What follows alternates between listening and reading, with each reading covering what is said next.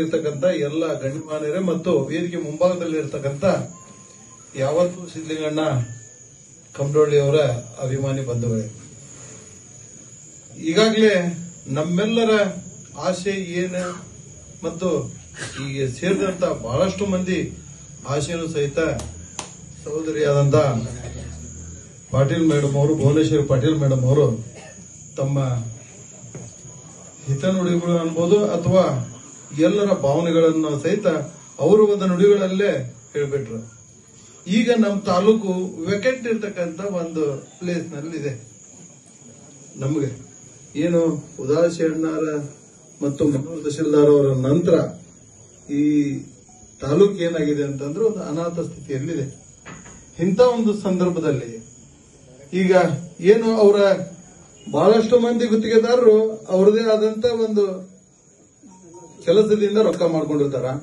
ಸಿದ್ದಲಿಂಗಣ್ಣ ವೃತ್ತಿಯಿಂದನ ಕತ್ತಲಲ್ಲಿರ್ತಕ್ಕಂಥ ಜನಕ್ಕೆ ಬೆಳಕನ್ನ ನೀಡ್ತಕ್ಕಂಥ ಒಂದು ವೃತ್ತಿ ಧರ್ಮವನ್ನ ಅವರು ಆಯ್ಕೆ ಮಾಡಿಕೊಂಡು ಅದರಿಂದ ಬರ್ತಕ್ಕಂಥ ಆದಾಯದಿಂದ ಸಂಪೂರ್ಣವಾಗಿ ಅದು ಅವ್ರಿಗೆ ಮುಟ್ಟಬೇಕು ಅಂತ ಅನ್ನೋ ರೀತಿಯಲ್ಲಿ ಅವರು ಗಳಿಸಿದ್ದ ದುಡ್ಡು ಈ ಉತ್ತರ ಕನ್ನಡದಲ್ಲಿ, ಆದ್ರೆ ಇವತ್ತು ಖರ್ಚು ಮಾಡ್ತಾ ಇರೋದು ನಮ್ಮ ತಾಲೂಕಿನಲ್ಲಿ. ಇದು ಹೆಂಗಿರ್ತೈತೆ ಅಂದ್ರೆ ಮಾತೃಭೂಮಿ ಅನ್ನೋದೇನಿದೆ ಅಂತಂದ್ರೆ ಅದನ್ನ ಎಷ್ಟೇ ದೂರದಲ್ಲಿದ್ರೂ ಸಹಿತ ಅದನ್ನ ಎಳ್ಕೊಂಡ್ ಬರ್ತಾ ಇದೆ. ಆದ್ರಿಂದ ಇಂಥ ಒಂದು ಏನು ಅವ್ರು ಮಾಡ್ತಕ್ಕಂಥ ಕೆಲಸ ಕಾರ್ಯಗಳೇನು ಅವರು ಇಲ್ಲಿವರೆಗೂ ನಮ್ಮವರೆಲ್ಲ ಹೇಳಿದ್ರು, ಆ ಎಲ್ಲ ಕೆಲಸ ಕಾರ್ಯಗಳು ಸಹಿತ ಇವತ್ತಿನ ದಿನಮಾನಗಳಲ್ಲಿ ಬಹಳ ಮಹತ್ವಪೂರ್ಣವಾದ ಕೆಲಸ ಕಾರ್ಯಗಳು. ನಾವು ಒಂದು ಉದಾಹರಣೆಯಾಗಿ ಹೇಳ್ಬೋದು. ಯಾಕಂತಂದ್ರೆ ಹಾನಗಲ್ಲಿನ ಆದಿ ದೇವತೆ, ಗ್ರಾಮ ದೇವತೆ, ಅದು ಒಂದು ಡಿಸ್ಪ್ಯೂಟೆಡ್, ವಿವಾದಾತ್ಮಕವಾಗಿ ಅದು ಇತ್ತು. ಉದಾಸಿ ಅಣ್ಣವರ ಕಾಲದಲ್ಲಿನೂ ಇತ್ತು. ಅದನ್ನ ಆ ಟೈಮ್ನಲ್ಲಿನೂ ಸಹಿತ ನಮ್ಮ ಹಿರಿಯರು ಯಾರೂ ಸಹಿತ ಅಷ್ಟು ಮುತುವರ್ಜಿ ವಹಿಸಿ ಗ್ರಾಮ ದೇವಿ ದೇವಸ್ಥಾನದ ಜಾಗೆ ಮತ್ತು ಸರ್ಕಾರದ ಜಾಗೆ ಯಾರೋ ಒಬ್ರು ಅತಿಕ್ರಮಿಸಿಕೊಂಡು ಅದನ್ನ ದುರುಪಯೋಗ ಪಡಿಸ್ಕೊಂತ ಇದ್ರು. ಅಂತ ಟೈಮ್ನಲ್ಲಿ ಸಿದ್ದಲಿಂಗಣ್ಣವ್ರಿಗೆ ನಮ್ಮ ಯುವಕ ಮಿತ್ರರೆಲ್ಲರೂ ಸೇರಿ ಅವ್ರಿಗೆ ಕನ್ವಿನ್ಸ್ ಮಾಡಿದ. ಸಿದ್ದಲಿಂಗಣ್ಣವರು ಸುಮಾರು 5 ಲಕ್ಷ ರೂಪಾಯಿದೊಳಗೆ ಅದನ್ನ ಖರ್ಚು ಮಾಡಿ ವಕೀಲರಿಗೆ ನೀಡ್ತಕ್ಕಂಥ ಫೀಯನ್ನು ಸಹಿತ ಅವರೇ ನೀಡಿ ಇವತ್ತು ಅದನ್ನ ಒಂದು ಜೀವಂತವಾಗಿ ಉಳಿಸಿದ್ದಾರೆ.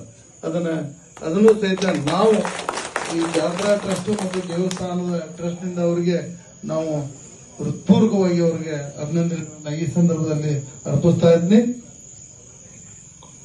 ಸುಮಾರು ನನಗೆ ಈಗ ಬಂದ ಮಾಹಿತಿ ಪ್ರಕಾರ ಸುಮಾರು 20 ಲಕ್ಷಕ್ಕಿಂತ ಹೆಚ್ಚಿನ ಒಂದು ಖರ್ಚನ್ನು ಸಹಿತ ಆ ನ್ಯಾಯಾಂಗ ಹೋರಾಟಕ್ಕಾಗಿ ಅವರು ಖರ್ಚು ಮಾಡ್ತಾ ಇದ್ದಾರೆ. ಮತ್ತು ಇವತ್ತಿನ ದಿನಮಾನಗಳಲ್ಲಿ ಸಹಿತ ಮುಂದಿನ ದಿನಮಾನಗಳಲ್ಲಿ ನಮ್ ಪ್ಲೇಸ್ ವೇಕೆಂಟ್ ಇದೆ.